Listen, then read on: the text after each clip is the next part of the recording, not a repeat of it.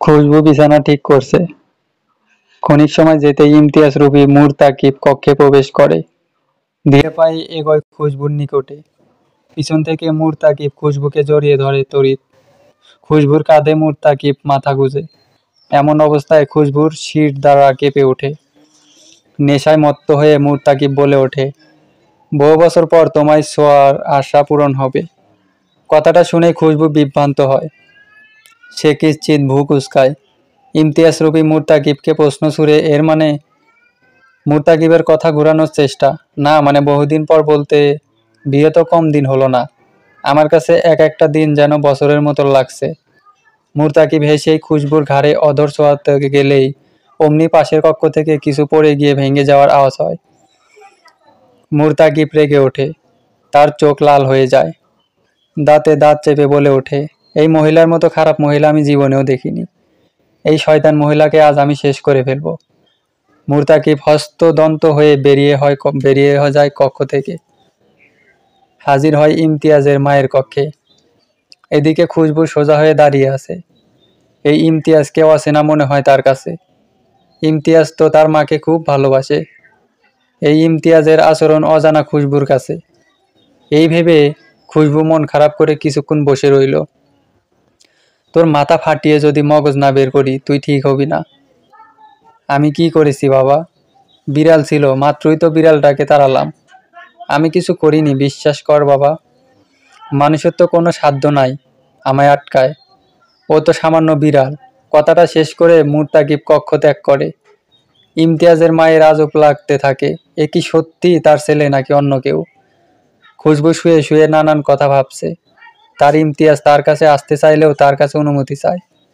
ইমতিয়াজ খুশবুকে শুয়ে দিলে অন্যরকম অনুভূতি হয়। কিন্তু এখন এই ইমতিয়াজ যেন তার খুব আজব লাগে, নাকি খুশবুর মনের ভুল।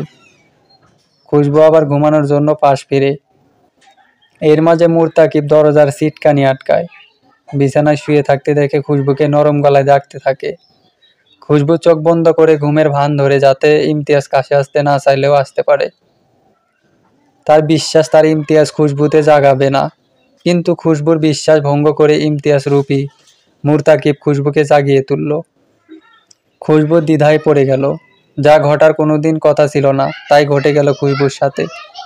খুশবুকে ভোগ করার আনন্দে মেতে উঠল মুরতাকিব। খুশবু আটকাতে পারল না তাকে।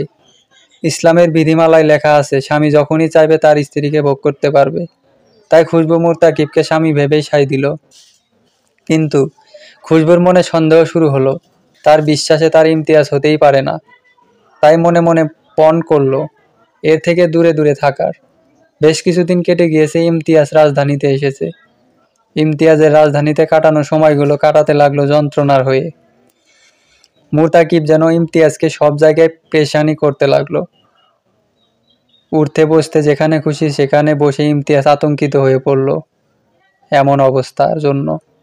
মেট্রো রেলে দাঁড়িয়ে আছে ইমতিয়াজ। হঠাৎ তার চোখ পড়ল এক বাচ্চার দিকে।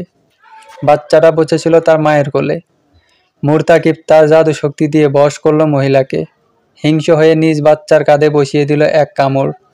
এমনটা ইমতিয়াজ দেখে বাচ্চাটাকে বাঁচাতে গেলেই মহিলা চিৎকার করে উঠল, লোকটাকে কেউ ধরো, আমার বাচ্চাকে নিয়ে যাচ্ছে। এমতো অবস্থায় পাবলিকেরা ঘিরে ধরল ইমতিয়াজকে। বাচ্চাটাকে তার মায়ের কাছে দিয়ে ইমতিয়াজকে চাপা মারধর করা হলো। পাবলিক মারধর খাওয়ার পর ইমতিয়াজ এসে ওয়াশরুমে ঢুকলো। বেসিনের কল ছেড়ে মুখে পানি দিতে লাগলো অবিরাম।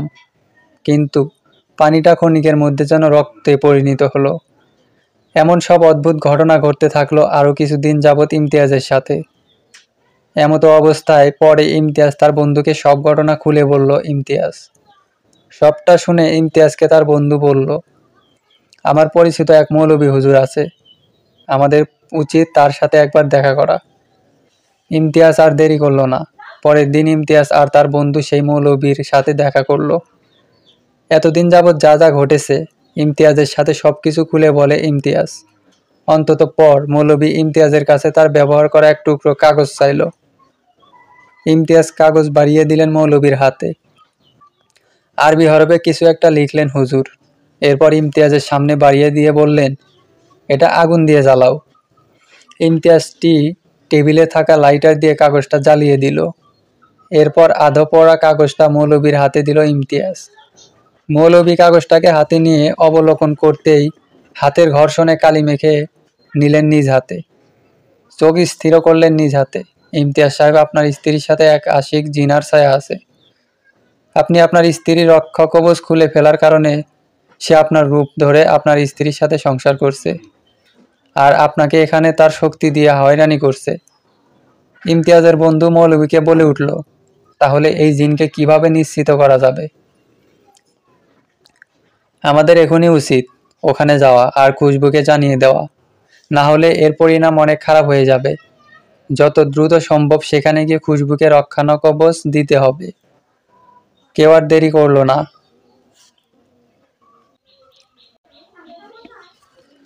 ইমতিয়াজ ও তার বন্ধু মৌলভীকে নিয়ে বেরিয়ে পড়লেন বাড়ির উদ্দেশ্যে। ইতিমধ্যে মুরতাকিব টের পেয়ে গেছে যে ইমতিয়াজ ফিরে আসছে। ইমতিয়াজ ফিরে আসলেই তো খুশবু সবকিছু জানতে পেরে যাবে, কিন্তু মুরতাকিব তো হতে দিব না। তাই তার জিন শক্তি দিয়ে রাস্তায় ইমতিয়াজদের গাড়ির ব্রেক নষ্ট করে। ব্রেক ফেল করিয়ে দিল মুরতাকিব। রাস্তায় ঝড় সৃষ্টি করলো। ব্রেক ফেল হওয়ার কারণে গাড়ি দিয়ে ধাক্কা লাগছে গাছের সাথে। মৌলভী ইমতিয়াজকে বলতে থাকলো, যত যাই হোক, যতই বাধা আসুক, তোমার যেতেই হবে ইমতিয়াজ, না হলে খুশবুর অনেক বড় বিপদ হবে। ইমতিয়াজ নিজের মনে সাহস যোগায়, ফের ছুটে চলে বাড়ির উদ্দেশ্যে। বাড়ি আস্তে আস্তে সন্ধ্যা নেমে আসে। অধিক সন্ধ্যা নেমে আসার পরই একলা মনে ছাদে তারা দেখছে খুশবু। মনের মধ্যে কু ডাক ডাকছে, মনে হচ্ছে বড় কোনো বিপদ হতে চলেছে, কিন্তু কিছুই বুঝতে পারছে না খুশবু। এরই মধ্যে ইমতিয়াজ, রুবি, মুরতাকিব খুশবুর কাছে এসে দাঁড়ালো। হাত দিয়ে খুশবুকে নিজের দিকে ফিরালো। কি হয়েছে জান? এমন মন খারাপ করে আছো কেন? জানি না কেন জানি আজ আমার মনটা খুব খারাপ লাগছে। আমি আছি তো, সব ঠিক হয়ে যাবে। ওদিকে ইমতিয়াজ প্রবেশ করে বাড়ির রাস্তায়। যন্ত্রণা নিয়ে ইমতিয়াজ ধীরে ধীরে চলে আসছে বাড়ির নিকটে। এই দৃশ্য এর মুরতাকিব দেখতে পেয়ে মুরতাকিব নিজ শক্তি দিয়ে মাটি ফাঁকা করে মাটির মধ্যে ধীরে ধীরে ইমতিয়াজকে টেনে পুঁতে দিতে থাকে। ইমতিয়াজ ক্লান্ত মুখে খুশবু বলে চিৎকার করতে চায়, কিন্তু পারে না। অনেক কষ্টে ইমতিয়াজ খুশবুকে ডাকতে সফল হয়। খুশবু, খুশবু পিছন ফিরে তাকায়। অর্ধমাটিতে ঢুকে যাওয়া ইমতিয়াজকে দেখে খুশবু ফের সামনে ফেরে। দেখতে পায় মুরতাকিবের আসল চেহারা। ইমতিয়াজের চিৎকারে খুশবু ও তার মা ছুটে আসে ইমতিয়াজের কাছে। প্রতিবেশীকে জড়ো করে ইমতিয়াজকে উদ্ধার করা হয়। ইমতিয়াজ কক্ষে রেখে খুশবু চোখের পানি মুছে দৌড়ে চলে যায় রান্নাঘরে।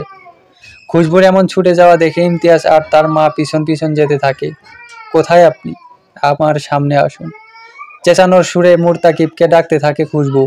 কিছুক্ষণের মাঝে মুরতাকিব হাজির হয় খুশবুর সামনে। খুশবু হন্তদন্ত হয়ে খুঁজতে থেকে কেরোসিনের বোতল।